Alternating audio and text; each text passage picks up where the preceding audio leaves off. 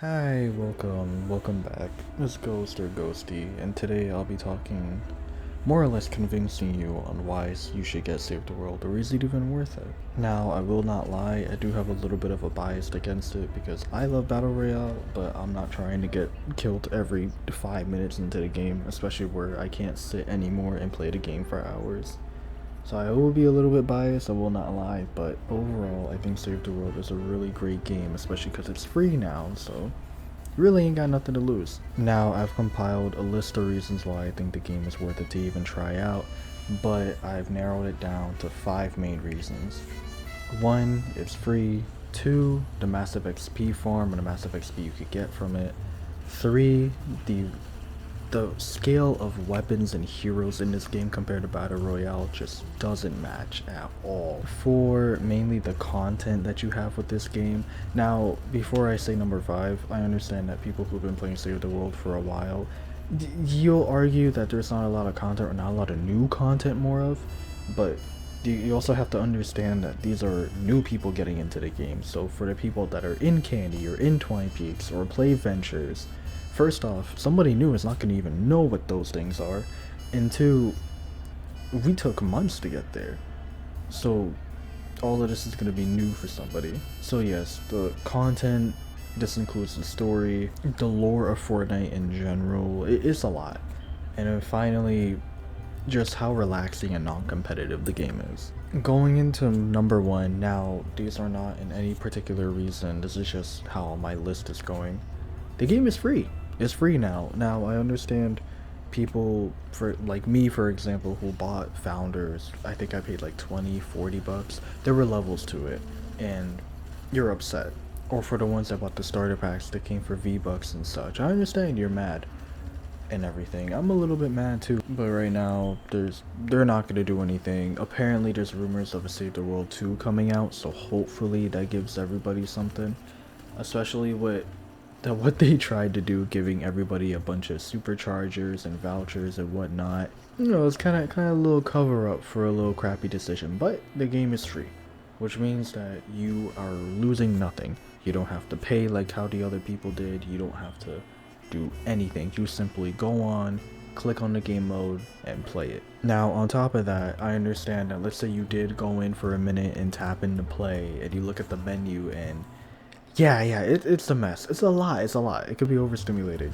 But I promise you, especially with some of the little new quality of life changes they made, the game is a little bit more simple to understand. And now that the game is free, a lot of people, hopefully a lot of people, me personally, I haven't been looking at the numbers, but now since it's free, a lot of more people will be on, so you have others to play with.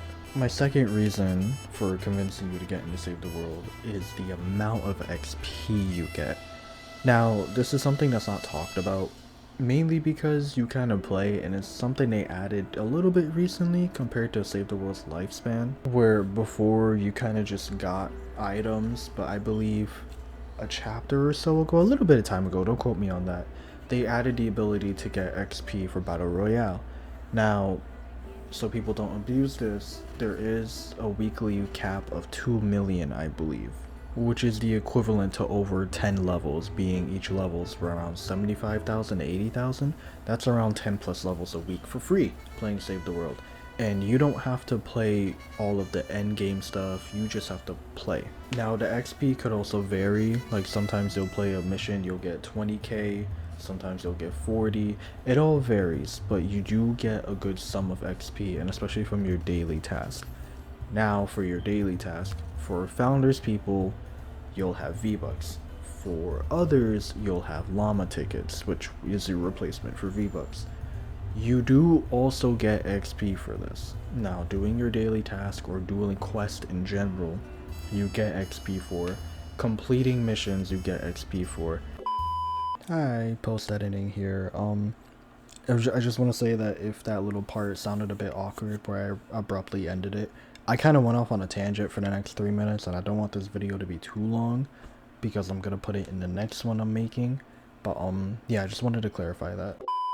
My third reason is the wide range of weapons and heroes. Now, for new people, people who from Battle Royale that don't consume any kind of Save the World content. This game has so many weapons. I'm talking about stuff from old events, new events, the weapons you've seen from the OG Fortnite, everything. Whatever you want, you could have it here. Even weapons you've never seen before. The creativity with these weapons are out of this world. Now, I understand, again, from a Save the World player's perspective, someone who's been playing the game for a while, you know the analytics, you know we've made a spreadsheet before on the weapons and the damage and the elements, all of that complicated stuff. Again, this is something for new people. For us, we're gonna see a weapon and think it's complete garbage. But for somebody else, they're gonna see it as their favorite weapon and then they're gonna want to play. At the end of the day, this game, there is no good weapon or good hero. There is no best weapon or best hero. It's simply how your playstyle is. It's purely based on your preference and purely based on your personality. On top of that, the heroes. Now, not to get it confused with skins from Battle Royale. These are full-fledged heroes with their own classes, their own abilities, and their own character models. Overall, I just think that adds a little bit of flavor to the game. My fourth reason is the content. Now, similar to the weapons and heroes, separating that fact from this one, the pure storyline content of this game alone is a lot. You have characters you've never seen before, you have voice lines you've never heard before. Now, it's not like Battle Royale where they do crossover characters such as the Marvel series or the DC series. In this game, there are no crossovers, which means that there is no icon skins, there is no weapons such as Goku's Ki Blast or anything like that. Purely everything here is made from Epic Games, which means that the event skins are either seasonal related, they could be either, the weapons could be seasonal, they might throw in something every now and then. It's a bit complicated. I'll make a whole nother video on that. But some examples, you have the Dino event, so you'll have Dino theme skins. For their anniversary, they come out with birthday theme skins. For Halloween, they come out with a bunch of stuff. Arguably Halloween and Christmas are their most active points because of the amount of events that they bring back, and then they constantly add on to it too. Overall, the story, and if you're somebody that likes lore and analyzing and backstories, you'll love the Save the World story because it ties into the Battle Royale one. But I'm not going to give off too much detail if you want to go figure that out on your own. Now, for my last reason, and this might be a good one for pretty much anybody that's in my status in life, where you can't sit down all the time and play games anymore like how we used to. You either have a job, maybe you're in college, maybe you're in school and things are getting tough. But the game is relaxing. And what I don't mean relaxing as in how everybody else sees it. I mean, compared to Battle Royale, there is no PvP. It's strictly PvE.